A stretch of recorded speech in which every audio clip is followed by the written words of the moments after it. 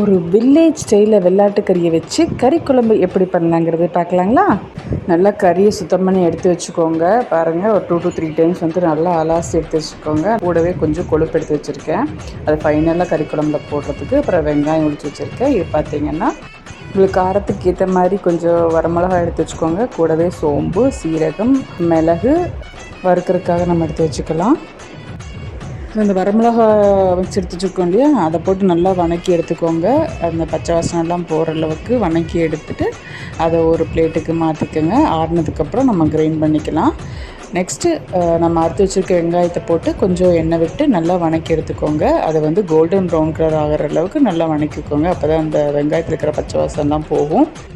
வெங்காயம் நல்லா வணங்கினதுக்கப்புறம் ஆல்ரெடி நம்ம வத்தல் வதக்கி வச்சுருக்கோங்களோ, அதை எடுத்து உள்ளே போட்டு நல்லா மிக்ஸ் பண்ணிக்கோங்க. ஏன் அப்படின்னா எல்லாமே ஒன்றா அரைக்கணும்.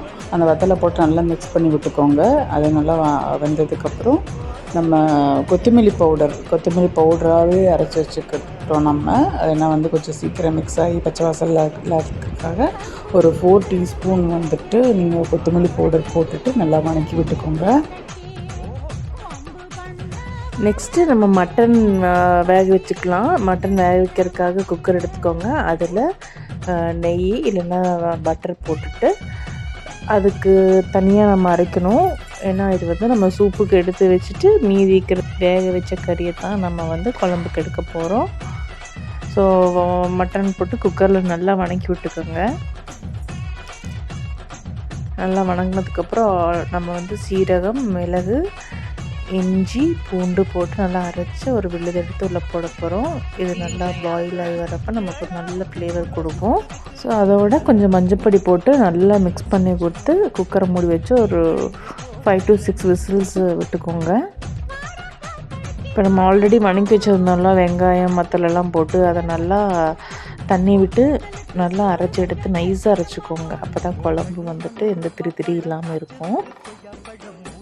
ஸோ 6 விசில் விட்டதுக்கப்புறம் கறி நல்லா வெந்துருச்சு. அதிலிருந்து வந்து சூப்பு நம்ம எடுத்துக்கலாம். சூப்பு நல்லா டேஸ்ட்டாக இருக்கும். இது எந்த பவுடருமே நம்ம சேர்த்தலை, வெறும் நம்மளாம் அரைச்சி போட்டது தான் அது.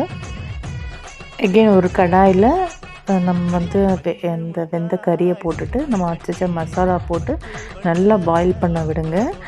அது நல்லா ஒரு கொதி வந்ததுக்கப்புறம் தேங்காய் தண்ணி அரைச்சி வச்சுக்கணும். அந்த தேங்காய் அரைச்ச தண்ணி வந்து நைஸாக இருக்கணும். ஸோ நல்லா ஒரு கொதி வந்ததுக்கப்புறம் நம்ம அரைச்சி வச்ச தேங்காயை கொஞ்சம் போட்டு நல்லா மிக்ஸ் பண்ணி விடுங்க.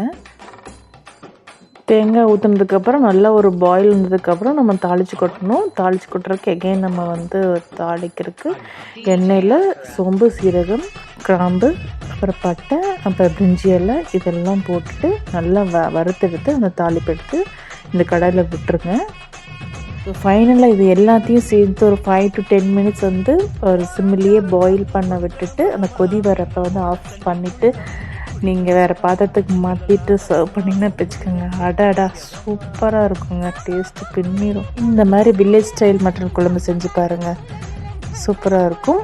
இது வரைக்கும் நம்ம சேனல் நீங்கள் சப்ஸ்கிரைப் பண்ணலைன்னா சப்ஸ்கிரைப் பண்ணிக்கோங்க, ஷேர் பண்ணுங்கள், லைக் பண்ணுங்கள்.